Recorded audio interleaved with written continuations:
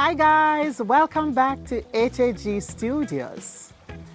And a special welcome to all our new viewers and subscribers.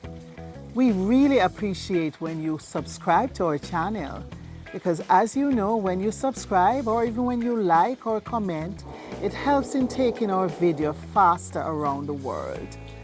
And subscribing is just a click. You just click on the word subscribe. There's no cost. And you're a subscriber. You only have to do it once.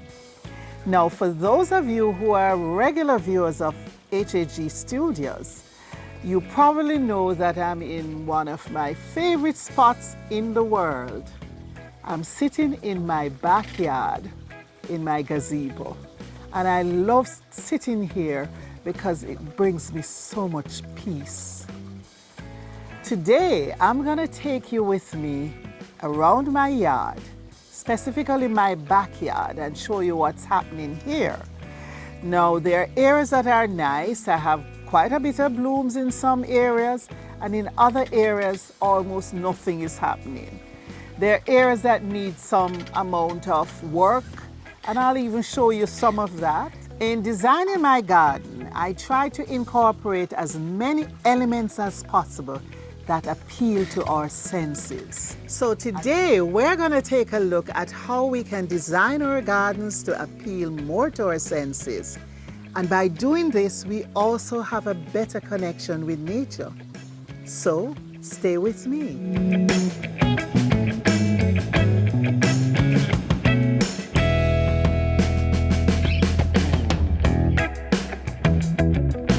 Okay, I'm going to show you around in a little while, but before I do so, let me just talk a little bit about these draping and this fabric which I use to drape the gazebo. And it does it softens up the gazebo so much. And I'll tell you, this fabric sits out here for a year in good condition.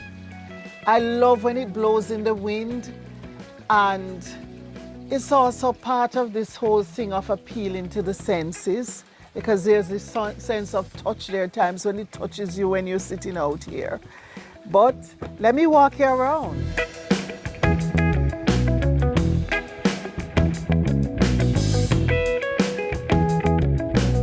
Well, here's my mixed bed. For those of you who have been watching for a while, you would have seen this before. There are changes, as you know, that take place in a garden. So there are new plants. There are some that survive. There are some that don't survive. And you keep adding and subtracting. The Joseph coats, which I love so much, they're not doing as well as they did about 2 years ago. But I still like them. My favorite is this one. I hope the other's not hearing. And I had that really big. I'm hoping it will grow bigger than that. These are small. Some of them have just been put in recently, so they might not look as lush as they should. But with time, they will come. And I've added a number of orchids. My white orchid hasn't done so well this year.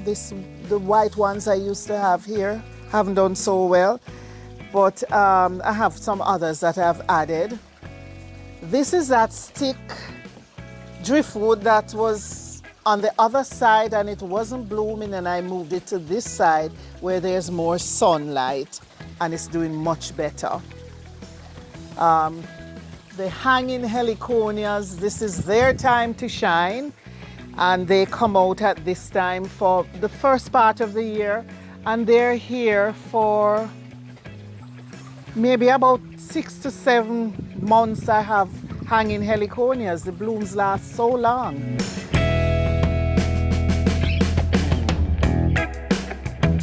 My star fruits are bearing here, and I'll show you more a little later when it comes to this.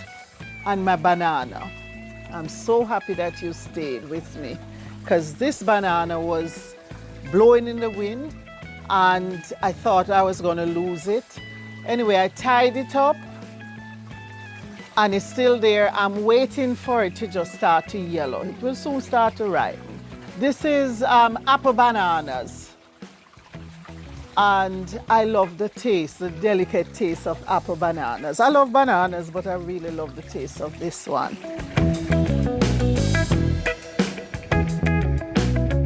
The califas are so easy to grow. I have them on two sides, and they just add such drama and color to this space.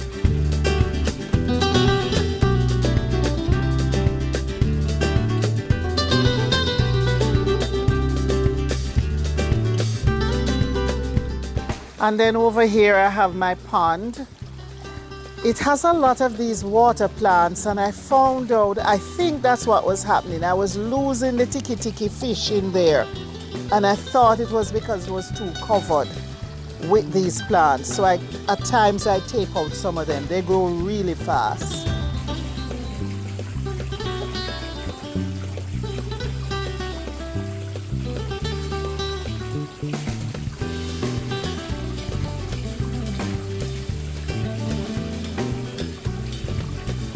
This is an orchid that was blooming. Now this orchid has several spikes at once because I have not removed the kikis over the years. It has been here maybe about 8 or so years, and I've kept the kikis, and it has worked because I constantly have blooms, or I have several blooms at once. And at the same time, so this one is here, there's a kiki here, another one here, one is here. There are always kikis there, and there are always blooms. I wasn't getting blooms for a little while, and then I got this spray that worked, and now I'm getting blooms. I'm using this tree for shade vandals, so I've added some more to that, and I'm getting blooms as well.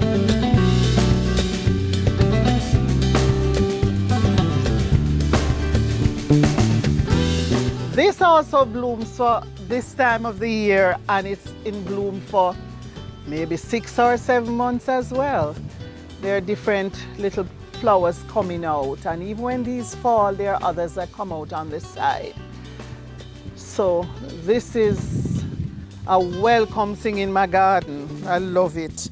And then down below I have these, which are related, and they're here. I filled this corner with aglaonemias. In fact, my neighbor filled it up with aglaonemias for me. And on this side now, more orchids. They weren't blooming. I treated them with something that was recommended by a friend, and it has been working very well. This one appears very big because it's actually 2 spikes in one, so it's huge. And then that one had died before when it spiked, and now it's looking like it's gonna do well.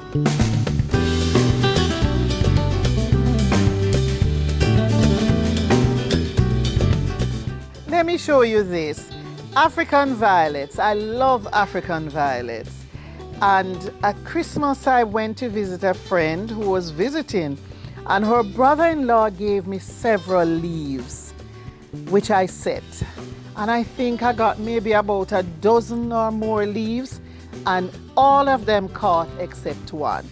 All you have to do is just stick the leaf in the pot, and maybe about 6 to 8 weeks after you see the plant coming up. And then you can just remove that leaf, and then it grows like this. So this now is filling out this pot, so soon I will change this into a bigger pot.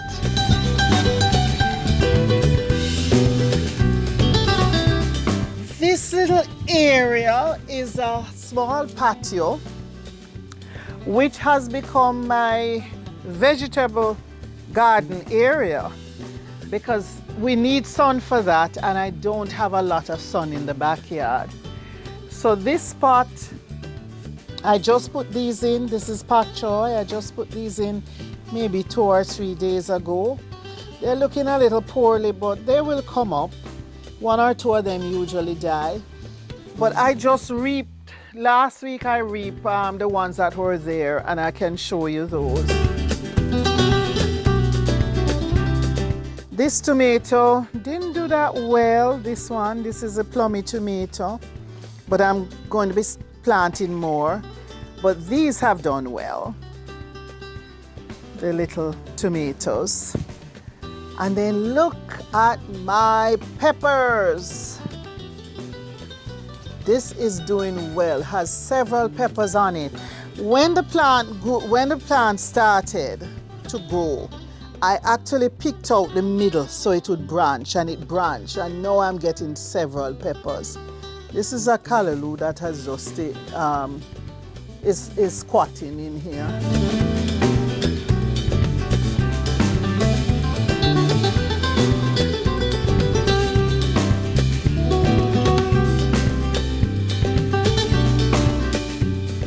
Over here I have Scotch bonnet peppers. I just planted these as well.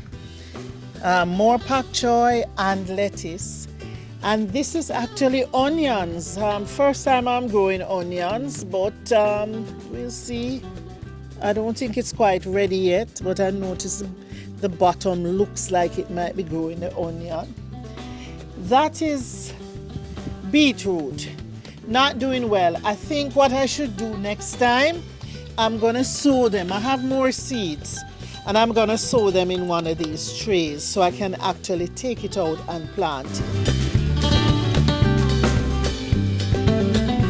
I like to experiment, so whenever I see different seeds, even if I haven't grown them before, I try and do it. And this is Brussels sprouts, but for some reason, I don't know if it's gonna close again, but it curls up, but it hasn't got tight. So if it doesn't, I'll just eat the leaves. This is another one. The onions were new and the beetroot was new, but I think I know what to do with the beetroot next time. With the beetroot, I'm really just gonna plant it in the little trays so I can easily take it out and plant it. This was my mixed orchid bed, and this blooms. I'm getting blooms here now.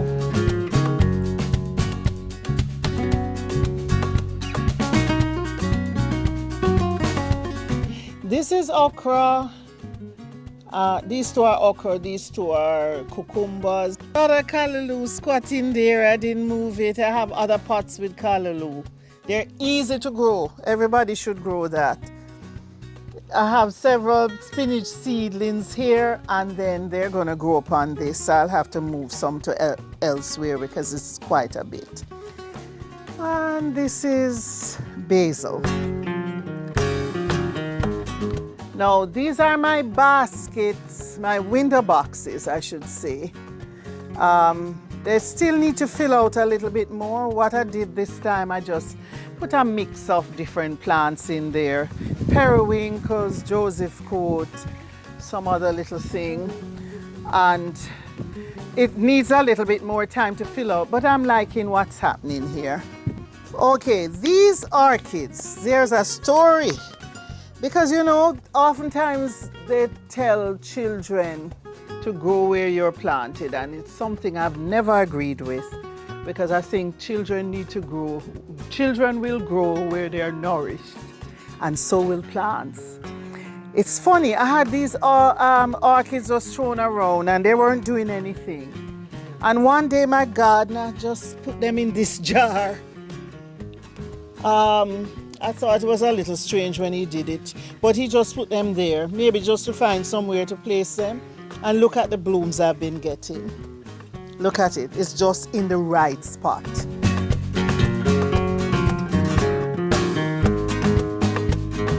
I believe plants and children will grow best in the right conditions. And this is proof of that. They were almost dead. This is one of my white orchids, and I broke the stem. I was looking at this other one and broke this stem. I almost cried. And then here under the mango tree, I tend to keep the silver queens because I use them in my house and I use them in my office. So once they come out here, give them 2 or 3 weeks out here, and they are looking much better. This one came out of my not embarrassed to say this was in my office, and since it has come out, it looks so much better, but I still need to take it out the pot and repot it.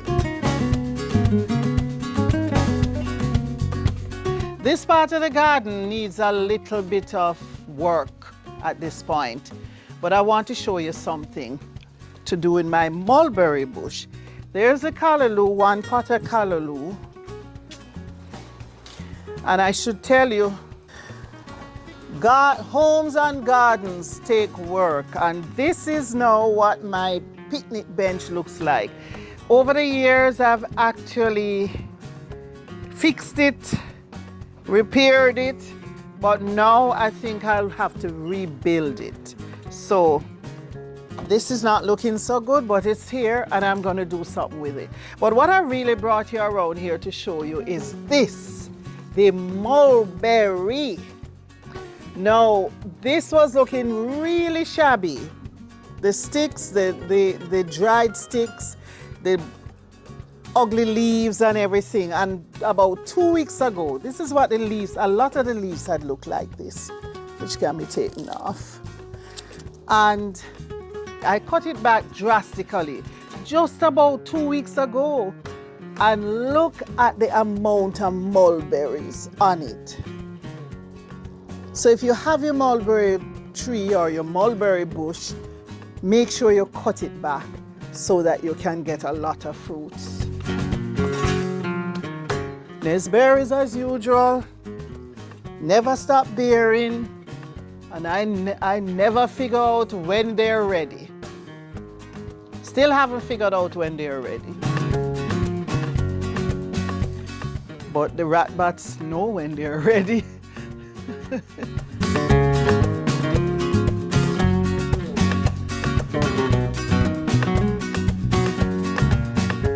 Now, let's look at ways in which we can appeal to our senses when designing our garden. We'll start with the sense of sight. What you see in a garden is so important. You want to be incorporating a variety in colors, in shapes, in heights, in sizes in your garden. So you want to have plants that are tall, you want to have plants that are hanging, and plants that are growing low on the ground. You want to have creepers, and you want to have some plants that are in between. Colors are so important as well, and colors catch the eye.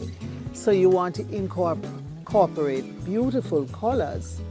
Now, colors can be grouped, and you can have quite a bit of yellow in one bed, or you can have a variety of colors, reds and yellows and blues. And so plan carefully how you're gonna incorporate colors into your garden, and shapes, different sizes, and different textures. Another way to appeal to your sense of sight is by incorporating various jars and pots and a variety of garden ornaments in your garden. So keep that in mind. And that's how you appeal to the sense of sight. Now, because we spoke about texture, that leads us to the sense of touch. Because when you have various textures in the garden, it gives you a feeling of wanting to touch the plants. Touching the draping that you have there, or sitting down, which is touching the seat. So you want to have various seatings in the garden because that appeals to the sense of touch. When you're sitting, you're actually touching. When you have draping like this, or even plants and old man's beard, that's also appealing to the sense of touch because it's the kind of thing you want to be touching, or the things that will touch you. This will touch as it blows. These are things that appeal to the sense of touch. Incorporating cushions in your design, that also appeals to the sense of touch. Now, let's look at ways in which we can incorporate things that will appeal to our sense of hearing. You can probably hear the sound of my water feature in the background, and that's one of the most calming sounds you can hear. You don't have to have a big water feature, it could be a small one, but try to incorporate some form of water movement in your garden. Another thing you can incorporate is a wind chime, or more than one if you wish, because they bring a nice magical sound to the garden. And last but not least is attracting birds to your garden. You can attract birds by including, say, a bird bath or bird feeders.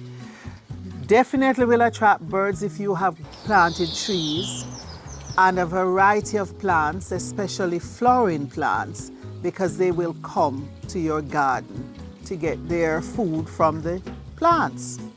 So try to attract birds, and they bring their music with them. You hear the birds?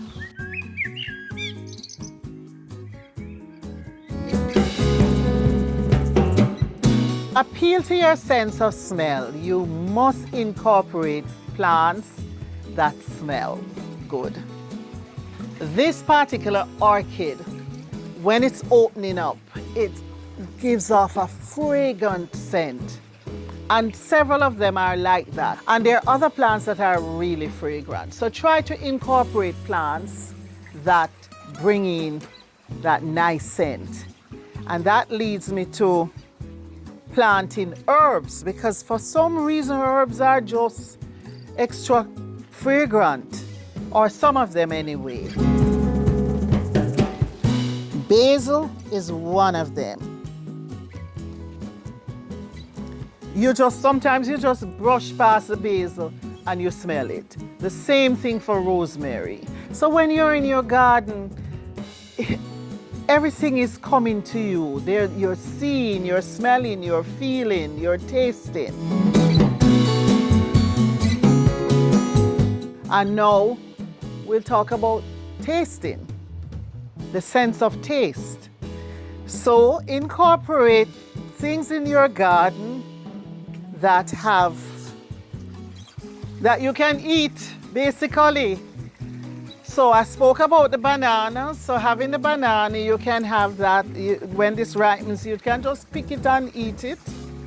But I'm going to pick one of my star fruit.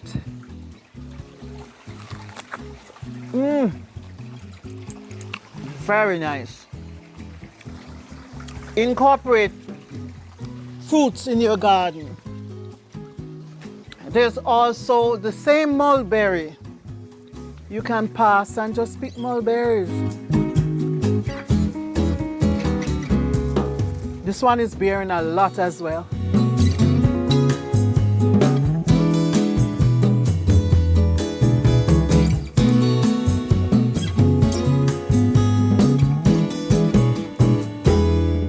Well, thank you for visiting my garden today, and I hope the ideas I've shared with you, you will find useful. Remember now to share this with your friends, like, comment, and subscribe. Thanks for watching, and I'll see you next time.